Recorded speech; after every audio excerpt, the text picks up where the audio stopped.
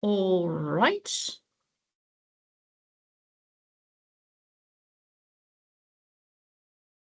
Hi, Stephanie. Hello, everyone. Matt, do I have to wait until you've shared the screen? Yeah, if you don't mind, I'm just doing that now. It should load up in a second. Yes. Okay. Good. There we are. Okay, fine. So, good evening, everyone, and welcome to our BELTA webinar. Of course, it's a pleasure to have Matt here with us because he's no stranger to the BELTA universe. As you well know, he was a speaker at BELTA Day a few years ago, I think 2022, and it's the third webinar he's presenting for us. So Matt has been an ELT teacher for almost 20 years, and you could see the title of his presentation, Challenging Assumptions in Language Teaching. Here it is again. So there is a chat box which you can use if needed, but Matt is going to present for about 35 minutes, and then there are 10 more minutes for you to interact with him. Okay, and there is a certificate available. We will try to upload it in the chat box. If that does not work, you can get it via mail. Okay, so welcome, Matt. Welcome, everybody. And now over to you. Okay, thank you, Ada. Yeah, hi everyone. Good evening to all of you, and thank you very much for joining this webinar. My name is Matt. It's nice to meet you. And yeah, as you can see there, the title of the session is Challenging Assumptions in Language Teaching. Now, just before we begin, I need to give you all a little bit of a warning. So the warning is this: because I plan to challenge certain things in this session, it's possible that some of you might find it a little bit controversial, and you might completely disagree with some of the things I have to say. But I'm not here to be controversial just for the sake of it. All I'd like to do is ask some important questions about certain things that we might be doing in our language teaching, and then leave it up to you to decide whether that makes sense or not. As Ada just said, I'll be speaking for about 35 minutes, and then there'll be 10 minutes at the end for you to make any comments or ask any questions. And just one final thing I'd like to say, I didn't see this coming. I've actually got two screens, and I can't see the presentation on the screen that I thought I would be seeing it on. So I'm going to kind of be looking off to this side a little bit so I can see my slides, but that shouldn't be a big deal. So, right, how do I? Okay. Yeah, I can't change slide. Sorry about this, everyone. I having a bit of a technical problem. I'm going to stop sharing and then start sharing again because I can't get to my slides for some reason. Sorry about this. I knew something. Matt, and on the, if you just use the arrows, right or left on your computer keyboard. Yeah, I tried to do that, but it didn't let me. So I'm just going to share the screen again. Okay. Okay. Right. Okay, here we go. Good. Can you all see the screen now? Yes, it's all working. Yes. Great. Okay, excellent. Thank you. So, yes, everyone, to begin, I'd like to take you back to the year 2005, which is when I entered the ELT profession for the first time. Now, like many people who have a similar kind of background to me, my entry point into language teaching was a 4-week training course. So I did that training course, and before I knew it, I was in a classroom in front of 15 teenagers who wanted to improve their English. And naturally, I was pretty anxious. But I had two things to help me. So first of all, I had the techniques that I'd learned on the 4-week course, and I had the course book, which the school had asked me to use. So armed with these two things, I went and did my first summer of language teaching, and I really enjoyed it So much so that I came back for a second summer and then a third. And before long, teaching had become my full-time profession. Now, in those early years of my teaching career, I relied pretty heavily on these techniques that I'd learned from the course and on the course book. And I assumed that this was a pretty sensible thing to do and that my learners would benefit as a result. After all, the training course was run by very capable and experienced trainers who really knew what they were doing. The course books came from very reputable publishers and had sold millions of copies around the world. So yeah, in my mind, I really had no reason to question them. Also, using these techniques along with the course book brought about what I perceived to be success in the classroom.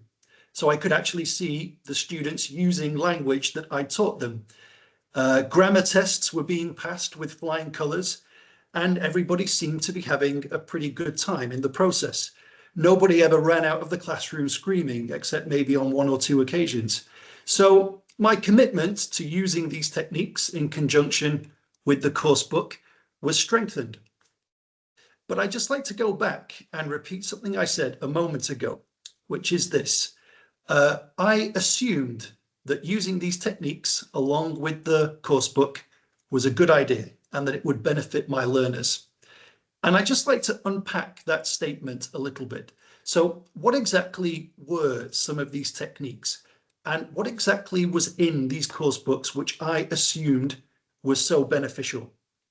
I'd like to show you a short list of 3 assumptions that I think I was making about language learning and language teaching at the time. So here we go. I think one assumption that I was making was this, that it's a good idea to split language up into bits and teach those bits one after the other. And I think I assumed that this was the case because that's pretty much what the course books did. So Unit 1 would be present simple, Unit 2 would be present continuous, Unit 3, past simple regular, and so on. So each unit dealt with a different bit of the language, in this case, a different bit of grammar. Also, another reason why I think I assumed this was the case was because on the training course, in our teaching practice, we would teach a different bit of the language in each teaching practice. So in one teaching practice, it would be phrasal verbs, for example, and in the next one, it would be the first conditional. So that was one assumption I was making at the time.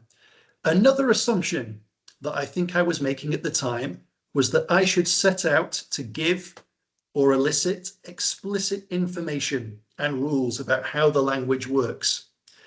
And yet again, I think a big part of the reason why I assumed this was the case was because the course books were full of this kind of information.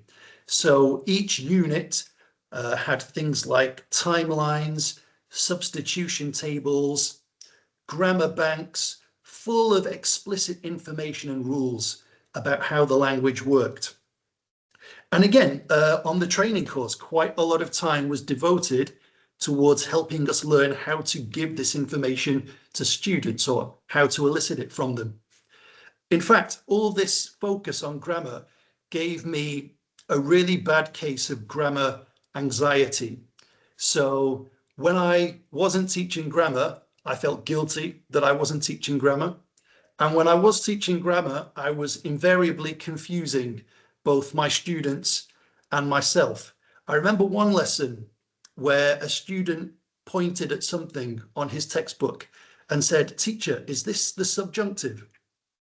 And to be honest with you, I had no idea whether it was in fact the subjunctive.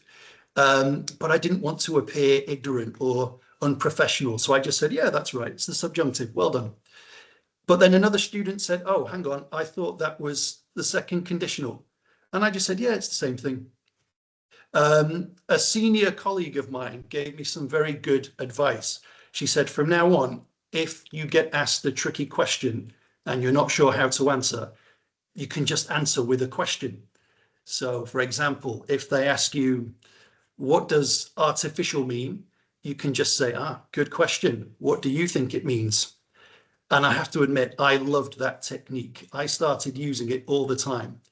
I loved it so much that I started using it for all questions, even ones not related to language. So I don't know, they would ask me, teacher, where are the bathrooms? And I'd say, oh, good question. Where do you think they are? What page are we on? I don't know. What page do you think? So grammar anxiety was a real thing for me back then. Let me tell you about one more assumption that I was making. I think it was this. So learners will learn what I decide to teach them, so long as I teach well and they pay attention. And yeah, I guess, of course, I assumed that this was the case. If you teach something to someone and you make an effort to make it clear and accessible, your assumption, or at least your hope, is that smart, motivated people will learn it. Also, in the course book, each unit tended to end with a kind of progress test, which focused on all the different items of grammar and vocabulary that had been covered throughout that unit. So I took that to mean that the students should have learned it, since we've covered it. Now, at the time, I was not aware that I was making these assumptions. I definitely couldn't explain them or articulate them, but I definitely was making these assumptions, and they were guiding the decisions that I was making in relation to the planning and delivery of my lessons. And I don't know this for sure, but my hunch is that other teachers who I was working with at the time and have worked with since make similar assumptions about language learning and teaching. But now I'd like to fast forward the clock a few years. So a few years later, I was doing an MA in TESOL and applied linguistics. And one of the study units on this MA was SLA, which, as I'm sure you all know, stands for Second Language Acquisition. Just in case you've not heard of this, Second Language Acquisition is an academic field of study which is concerned with how people actually learn new languages and what goes on in their minds when learning new languages. And obviously, as a language teacher, this sounded very interesting to me. So I really dived into the reading, and I bought lots of books and downloaded lots of academic articles so I could learn more about SLA. But what happened when I started reading these SLA books and articles is that I got a very nasty surprise, because so much of what I read in these SLA books and articles seemed to me to contradict many of the beliefs that I'd had about language learning and language teaching up until that point. All of a sudden, I was no longer sure whether what I'd been doing in class for all those years had actually been all that useful for my learners. And to be honest with you, it was a pretty uncomfortable experience. So what I'd like to do for the remainder of this session is to tell you about 3 things which I read about in these SLA books and articles, which caused me to reconsider my assumptions. And my intention here is not to tell you, well, therefore, my assumptions were wrong. I'd simply like to tell you what my thought process was, explain why I felt I needed to question my assumptions, and then leave it up to you to decide whether that makes sense or whether I'm talking nonsense. And to be fair, I do often talk nonsense. So if that's what you think I'm doing, don't worry, you wouldn't be the first. Now, before I move on, can I just ask a favor? Because I'm not seeing what I hoped to see. Can I just check that you can hear me and that you can see the slides moving? If someone could just unmute themselves and let me know. Yes, yes. All Good, fine. thank you. Excellent, thank you. Okay, thank you for that. So, and just one more thing I'd like to say before I get into this. I'm not an SLA expert, not by any stretch. I am just a regular teacher who finds it very interesting to read about these things, but I'm still very much in the process of learning myself. So with that said, let me tell you about the first thing which I read about in these SLA books and articles, which caused me to question my assumptions. So the first finding is related to something called ordered development. And to explain what this is, I'm going to show you a quote. So here it is. The evolution of the learner's linguistic system occurs in ordered and predictable ways. So this is the observation that when people are learning a new language, they tend to acquire certain structures and features of that language in a predictable order. They tend to follow what seems to be a preset path. Let me give you a couple of examples of this. So here is a very well documented example of negation in English. So when people are learning English, they tend to acquire the ability to negate in this fixed order. So at stage one, they simply produce the negator in front of the word or phrase. So no, like this one. Then when their English improves a little bit, they manage to add a subject. I know, like this one. At stage 3, they can do it with modals. And then finally at stage 4, they can negate properly with do, sorry. Here's another example. So here are some common grammatical morphemes that we often teach to our low-level learners. And maybe you can have a little guess here. In what order do you think these morphemes are typically mastered by learners of English? I'm just going to give you a few seconds to think for yourself before I reveal the answer. Yeah, so we've got third person S, regular past tense, ing, and the irregular past tense. I will reveal the order. So according to research, people master them in this order, typically. So the ing is very early acquired, followed by the regular past, then the irregular past. And then the third person S, despite being so easy, and despite being something that we often teach at very low levels, it tends to be acquired quite late. And there are some pretty interesting theories as to why this is the case, although they're kind of beyond the scope of this webinar.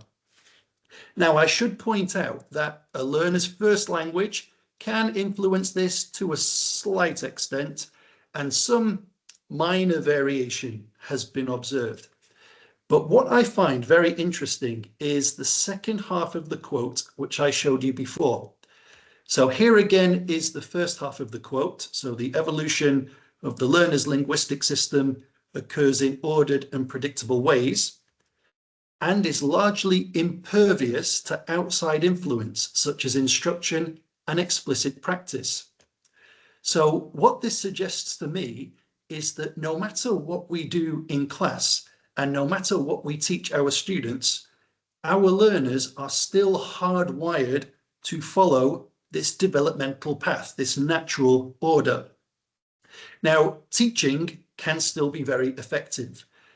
Teaching has been shown, for example, to accelerate the rate at which students move through the various stages. But it can't make learners skip stages, nor can it alter the order of the stages. Here's just another little quote to back up what I've just said. So studies have repeatedly shown that with minor effects for L1, learners follow the same developmental routes and not whichever ones are in the book or the ones their teacher follows in the classroom. They master the structures in roughly the same manner and order. Now, in SLA research, this is pretty uncontroversial. But when I read this for the first time, it came as quite a surprise because it went against all my instincts and all my assumptions. So if I just take you back to the list of assumptions which I showed you before, I look at that first assumption and I wonder whether in fact it is a good idea to split the language up into bits and teach the bits one after the other. I think in light of this finding, we need to question this. After all, if we split language up into bits and teach them in a sequence, are we not imposing our own external syllabus on the learner? If this finding related to order development is true, then it seems to be the case that learners have their own internal syllabus, which they're hardwired to follow. And perhaps it would make more sense for us to allow them to follow that syllabus. Also, I look at that third assumption, that learners will learn what I decide to teach them. And again, I think in light of this finding, that's an assumption which needs to be questioned. I think what this finding suggests is that in order to learn something, a learner has to be developmentally ready to learn that thing. If we try to teach something to our students and they're not developmentally ready for that new language, they might be able to get the answers right in an exercise, and they might be able to produce it in some kind of controlled, contrived situation, but they're probably not able to actually use that language spontaneously and communicatively. And I'm going to give you a true little story to kind of exemplify what I'm saying here. So a few years ago, quite a few years ago now, actually, I remember doing my tried and trusted present perfect lesson. So we were talking about the present perfect for life experience in the context of travel and holidays. And we had reached the controlled practice stage of the lesson. So I had the students in pairs, student A, student B. Student A was asking, have you been to? And student B was replying with, yes, I have, or no, I haven't.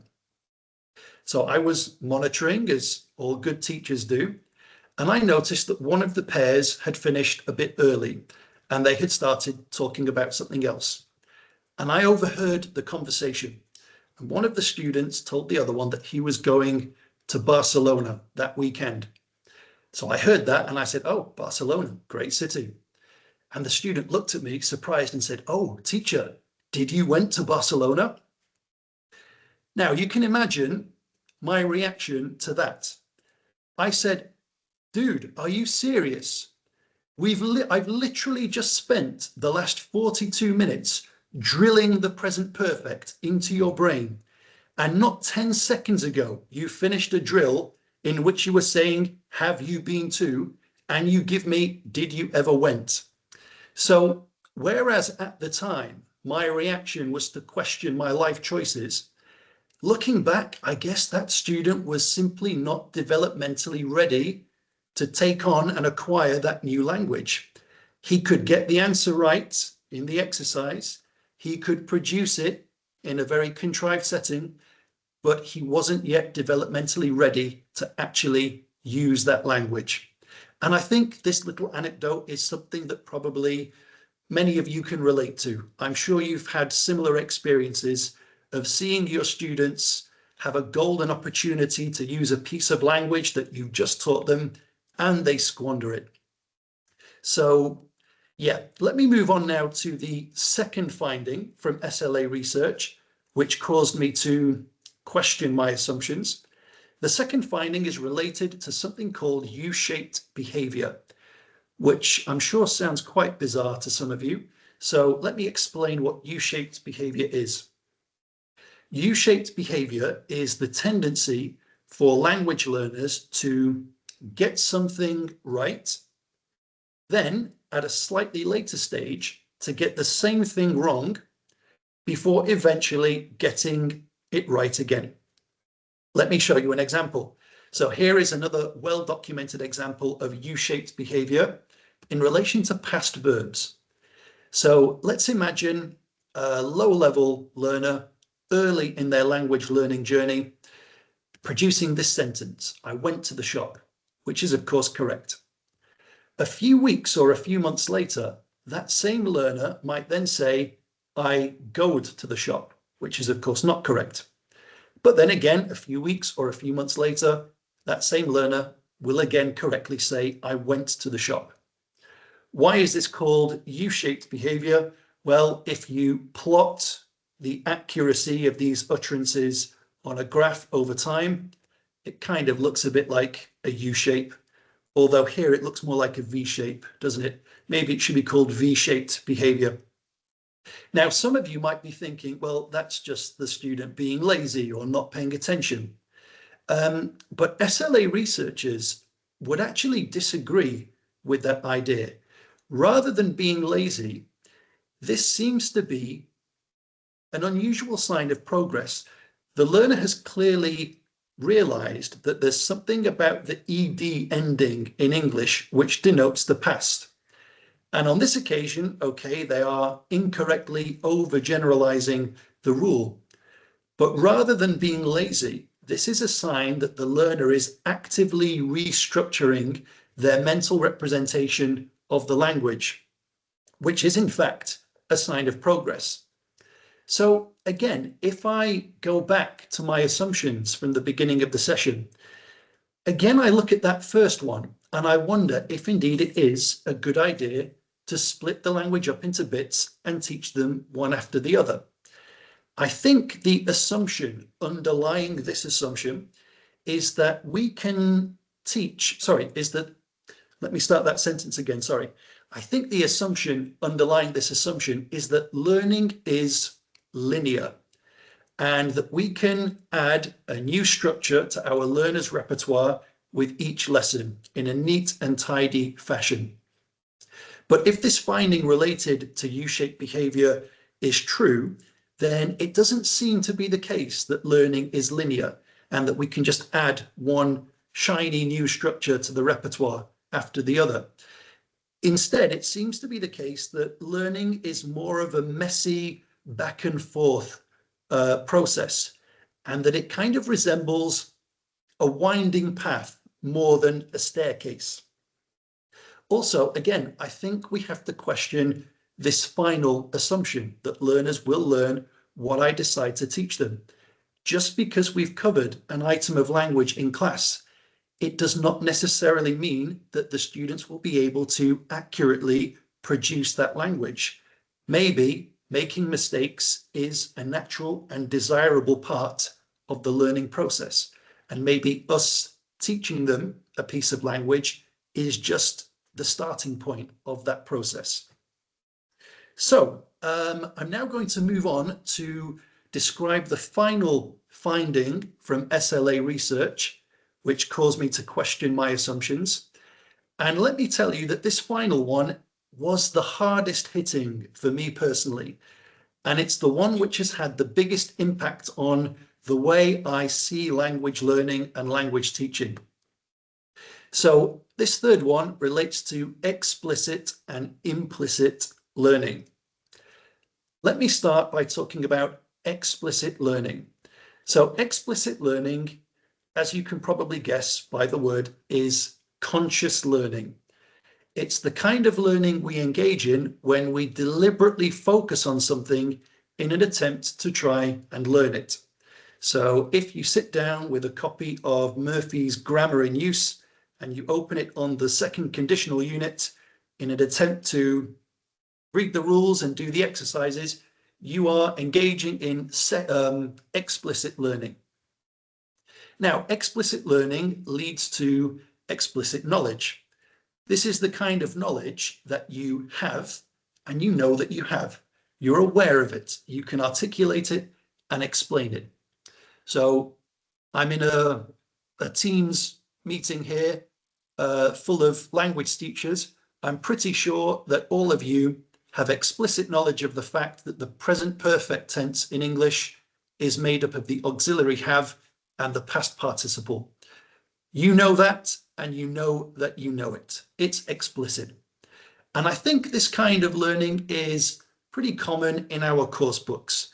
So as I was describing before, course books tend to have a lot of substitution tables, timelines, boxes full of rules, all of which I think are aimed at helping the learners explicitly understand the rules of English.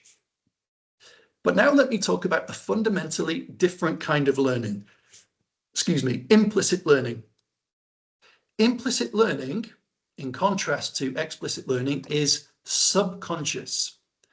It's the kind of learning that goes on in the background without our awareness when we're focused on something else. Implicit learning leads to implicit knowledge.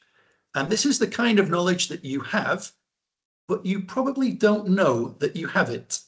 And you probably can't articulate it and explain it. So for example, if you were to go to a country where English is the native language, and you stop a random person in the street and you give them this little test, you ask them which of these two sentences is correct, they will probably confidently answer that the first one is correct. Sorry for breaking the window. But then if you ask them why, they probably wouldn't be able to tell you. They've probably never even thought about it before. It's likely that the person who you asked knows that this is correct just because they've been exposed to that pattern so many times over the years that it's just kind of sunk in naturally. I'm pretty sure that nobody ever sat them down at the age of 6 or 7 and said, look, from now on, if you use a verb after a preposition, make sure it's in the ing form. That conversation, I'm sure, never happened, unless maybe their parents were language teachers, in which case then who knows, maybe it did. We are crazy enough to do something like that. Now, I think it's fairly common knowledge that we learn our first language this way, through implicit processes. Our parents do not teach us the rules of language when we're children or toddlers. But what I found very surprising was that quite a lot of researchers believe that our second language acquisition is also largely implicit. Let me just show you a few quotes to kind of back that statement up. So the mental representation of language is mainly built up through implicit learning. Explicit learning plays a more minor role in the language acquisition process. Here's another one. Acquiring an L2 primarily involves the development of implicit knowledge. Here's another one. Language acquisition is the mostly implicit process of building a language system. As we've seen, there's broad consensus that the acquisition of an L2 entails the development of implicit knowledge. And just one more. As of the writing of this chapter, it's fair to say that scholars are converging on the idea that most language acquisition is implicit in nature. So, like I said not long ago, this hit me really hard. I was definitely not under the impression that implicit learning was the more powerful driver of language acquisition, because for many years, I'd just been teaching in an explicit way through the course book. Now, all of this is not to say that explicit learning does not have a role to play, because according to quite a few researchers, it does still have a role to play. For example, there is evidence that if we save our explicit teaching for those moments when our learners encounter a communication problem, it can be very effective. So if we teach reactively, explicit learning has been shown to be quite effective. It's also there is evidence also that explicit learning can help learners notice language better in the input that they receive. But again, I think if I go back to my list of assumptions from before, I'm now looking obviously at that middle assumption. And I wonder if indeed it is a good idea to go into class with the intention of giving or eliciting explicit information about how the language works. If all these academics are right and implicit learning is in fact the key driver of language acquisition, maybe we should be prioritizing that and giving our learners more opportunity to engage in that kind of learning. So, coming towards the end now, how could these research findings inform our teaching? Now, I don't want to be too prescriptive here. Here are just a few ideas that I have as to how we can use these findings to inform our teaching. If the findings related to ordered development and U-shaped behavior are true, then perhaps rather than planning in advance the grammatical structures that we want our learners to learn, maybe it would be better to save our teaching for when they encounter problems in communicative situations. So teaching grammar more reactively. Also, maybe we don't need to worry when we hear our learners make mistakes with language that we've already taught them. Maybe mistakes are a normal, inevitable, and even desirable part of the language learning process, even if they're mistakes with things that supposedly they've already learned. Also, if it's true that much of our second language learning is implicit, then perhaps it makes sense to shift the focus away from grammatical accuracy and towards meaning and communication. We said before that implicit learning goes on when we're focused on something else. So if we focus our learners' minds on meaning and communication, that could be a very effective way of triggering this all-important implicit learning process. And I think it also makes sense to ensure that our learners have lots of input. And by input, I mean lots of exposure to the language. After all, we learn our first language implicitly, right? Through a huge amount of exposure. So perhaps it makes sense to try and recreate that for our second language learners. And finally, perhaps before we think about how we teach, maybe it makes sense to consider how people learn. Of course, we need to think about how we want to teach, but perhaps how people learn should be a more important consideration. And I'll just leave you with one question, which you can think about in your own time. Should the findings of SLA research actually inform what we do in class? Because I guess another assumption that I've been making is that we should use this research to inform what we do in class. But there are definitely people out there who would not agree with me on that. So that's something that you can think about in your own time. These are the references here. That's my email address. Please feel free to contact me if you'd like me to send you the slides. Perhaps you'd like to have a look at some of those references. And yeah, I will stop sharing now. And if anyone would like to make any comments or ask any questions, please feel free. And okay, I can see you all again. I haven't been able to see you for ages. So yes, thanks everyone.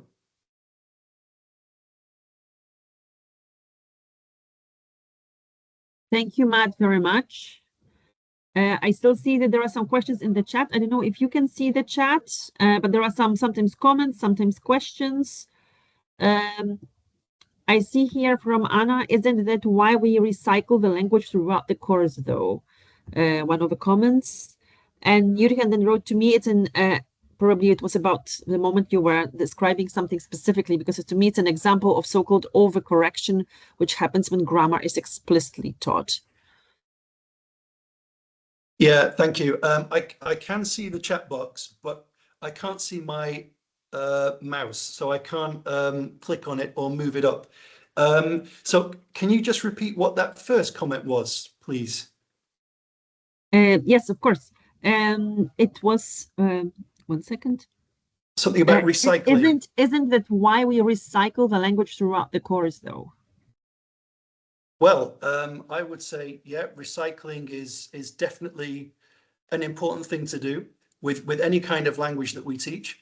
But yeah, I think we always need to remember that just because we are presenting language to our students, it's never a guarantee that we're going to learn it. Of course, we can increase the chances that they acquire it through giving them repeated exposures to it. But I would also say that it's not a guarantee. I think learners will learn things that they're ready to learn when they're ready to learn them. And I think, yeah, we can try to create the optimal conditions for that to take place. But I don't think we can ever guarantee it. is what I would say to that. Excuse me, can I raise a point, Matt, please? Yeah. Oh, Andy, hi. Hi, hi. Nice to see you. As a result of my experience of more than 43 years of teaching, it's always us teachers having to tread a really, really fine line between what we know somehow what happens in language teaching and learning, that, as you rightly pointed out, teaching a language in its mechanics is not a linear process. Far from it. That learners are able to internalize and master certain structures or patterns according to the way they are developing. But at the same time, while we know all this, according to the various official standard institutions, situations in which we teach, language as a subject has to be compartmentalized and cut up into small little bits for our students to actually engage in and master. But we know that sometimes they're not ready. You mentioned the example of the ed past tense suffix, which is true, that they generalize that rule before they're able to move on forwards to the irregular past tense. It's like what we're doing in class. Sometimes we have it at the back of our minds. Listen, yes, I know I should be doing this because this is what has been imposed on me through a syllabus or a curriculum or whatever. But we also know that it's not going to happen. So that is the fine line that we're always constantly treading. Yeah, thanks, Andy. Yeah, I agree that there's sometimes a bit of a mismatch between what SLA research tells us about language acquisition and then what schools and institutions expect teachers to do. And yeah, I guess when we treat language as an academic subject, as an object of study, it's just easier to package and sell when it's divided into bits and when it's described by levels. I guess, yeah, schools and publishers, the bottom line for them is selling their services, making a product. Exactly. So it's probably unlikely that the status quo is going to be challenged anytime soon. But yeah, maybe there are little things that we can do within those constraints to improve the situation. And I think I see, oh, Alan, I think has put his hand up. Hi, Alan. Or maybe it was a mistake. Okay, maybe not. Alan, did you want to ask a question? I don't know, but Anna has a question, I think. I see another hand. Yeah, Anna. Yeah. Sorry, I'm trying to figure out a Teams meeting. I was just wondering, sorry, nice to meet you. So you're saying that students learn in a specific way. That's great. That's a great understanding to have. But should we be redoing our syllabus then to fit students' needs and what they can progress to next and what they're ready for? How would we go about figuring that out? Okay, thank you, Anna. So if I've understood the question correctly, you're saying, could we play around with the order of our syllabus so it better matches the natural order? Yeah. Is that what you're, okay. Yeah, I mean, I think this is a comment that quite a lot of people make.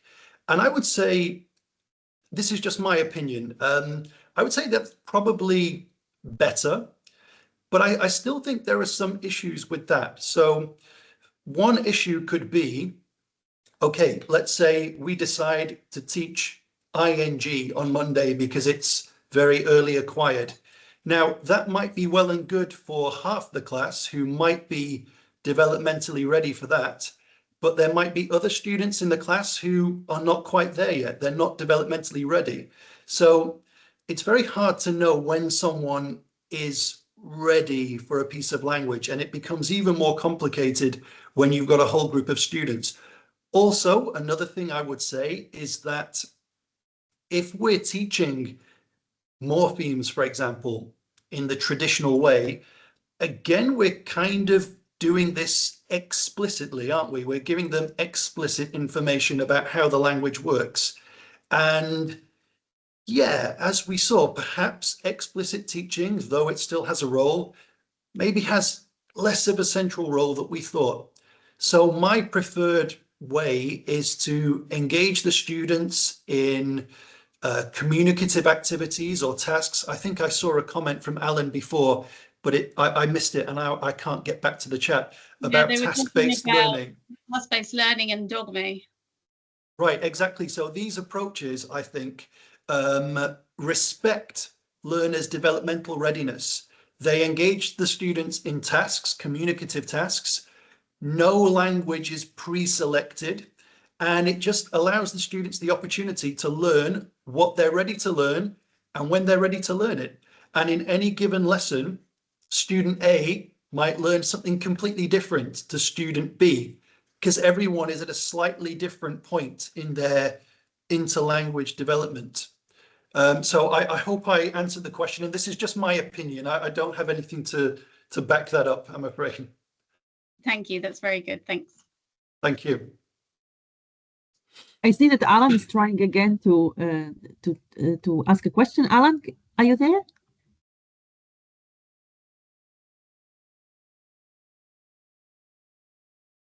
You are muted. Yeah. No. Yeah. Yes. Now maybe. Alan, if it's not working, you can also type your question in the chat, and then I will read it aloud. In the meantime, Angie has a question, I see. Hi, good evening, everyone.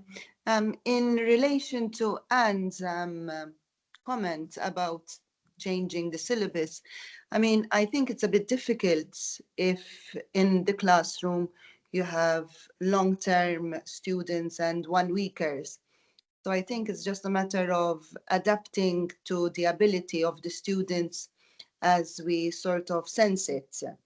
And with relation to for them to understand, it's like obviously, as always, with real life context.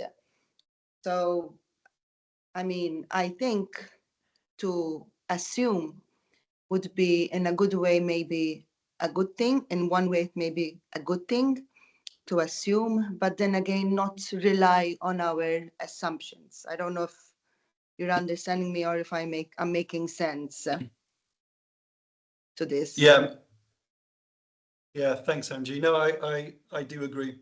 And it's true, it is a challenge when you have some students who are just there for a week and others who are longer term. Yeah, you if you're working through a course book, you might already be at unit 6, and learners come in just for 1 week who might be a little bit ahead of that, or they might be a bit further back. So it's very hard to, teach at everybody's level, which again, I think is part of the reason why I think it's probably more useful to kind of focus on meaning and communication rather than on discrete grammar structures. That way you're giving each learner their own opportunity to learn what they're ready to learn. Go ahead, Angie. And also when they ask a question, I tell the others, okay, so what do you understand with the context of this? So like, for example, today they were asking, I was doing vocabulary with reading, and one of them pointed out they didn't know the definition of ifemelo. It was a name. And I left it at that, and I told them, okay, look at the structure. Where is the word? Is it in the beginning, before the verb, after the verb? And what follows? What explains ifemelo?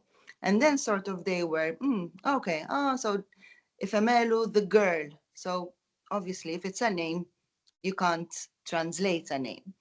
So with this of asking a question, when they ask you a question, you answer with a question is the perfect way to solve the situations. Yeah. Sorry, Matt, if I may come in here on Angie. I think she's right, because if as teachers we have long-term students over there, first of all, the idea of homogeneity of skills and abilities, it doesn't exist. Whether they do setting, whatever it is, if you've got a classroom of 15, 20 students, there are going to be different levels. Now, if you're going to have students for a long term, a year, an academic year, the idea is that you mentioned the term interlanguage earlier. It is true that some students are ready to go to sort of, earlier I put a question over there, crescents, input +1. What is this +1? What does it mean? What does it refer to? Some students may be ready for the very, very vague next stage. Other students may not be ready, and they may actually fall back on previous mistakes. And so, again, that's why I said the job of a language teacher is to constantly recycle and consolidate things that perhaps it's not like you've got a ticking box. Okay, I've done the present simple. Next week I'm going to do the present continuous. The third week I'm going to do the past simple.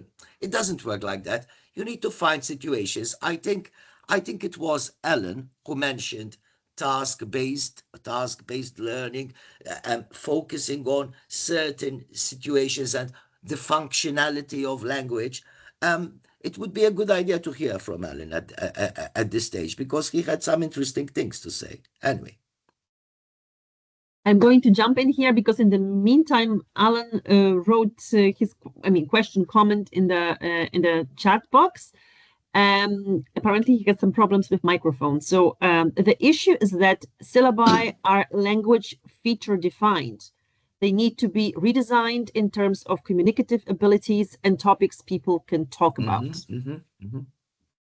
I completely agree with Alan. I think, yeah, as I mentioned before, shifting the focus from language to communication, I think, is one big step in the right direction.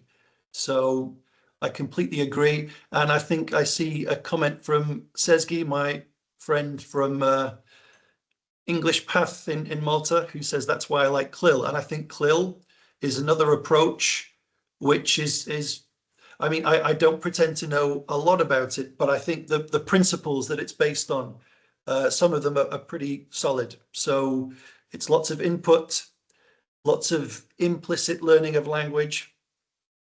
So I would agree with that too. And thanks, Jürgen, for the nice comment. I can see Jürgen's comment. Thank you.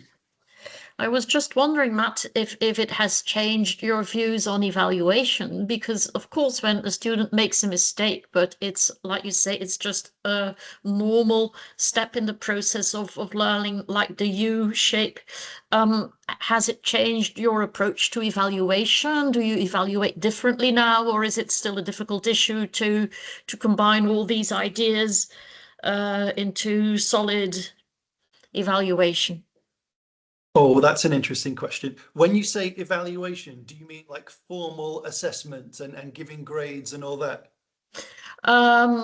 Yes, but also maybe formative. I mean, which may be difficult if you're working in a big class group. So I was just wondering how you deal with it in this particular setup then. Yeah, it's a good question, and I think I'm still kind of grappling with that myself. For now, to be honest, I've focused more on the teaching side of things and how these findings, or what the implications of these findings could be for teaching. When it comes to evaluation and assessment and all that, yeah, I'm not sure, to be honest. I think evaluation is something that I need to learn a lot more about, and I'd be very interested in if anybody else has any comments on that.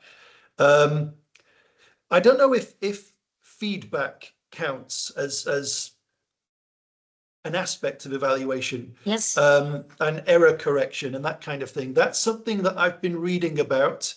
How do these findings impact the way we might give feedback to our students, and how might we use these findings to better inform the way we correct errors? That's a really interesting question, and one which I'm still kind of reading about.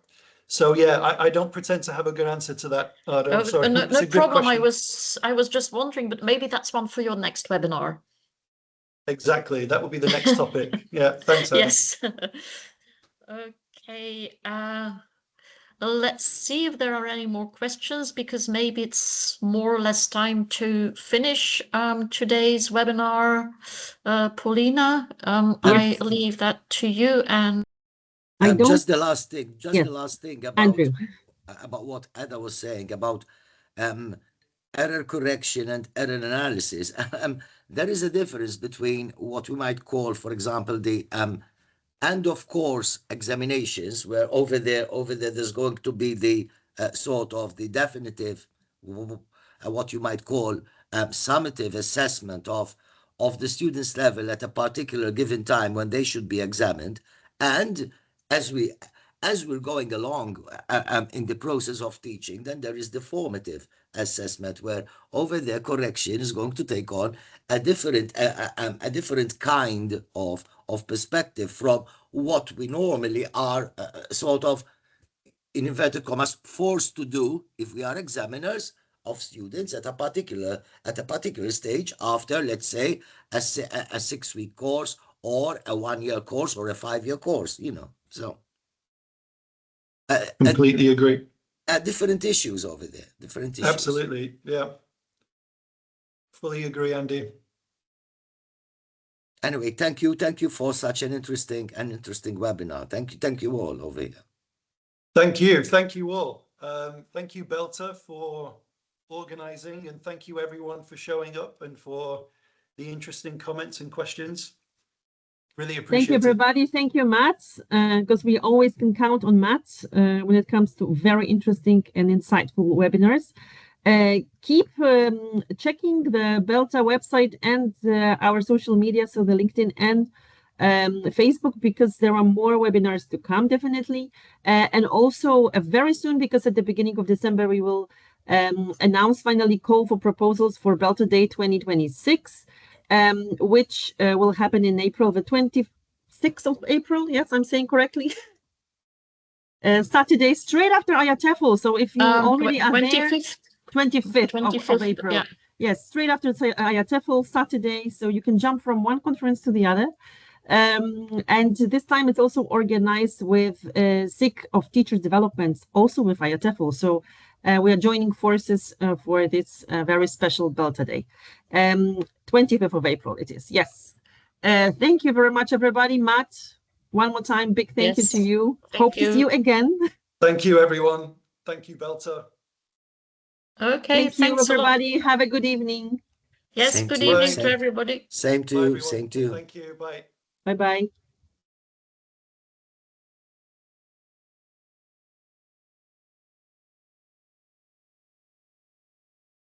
Hello, Matt. I also wanted to say good evening to you, but hi, Natasha. It was a bit difficult to unmute my microphone.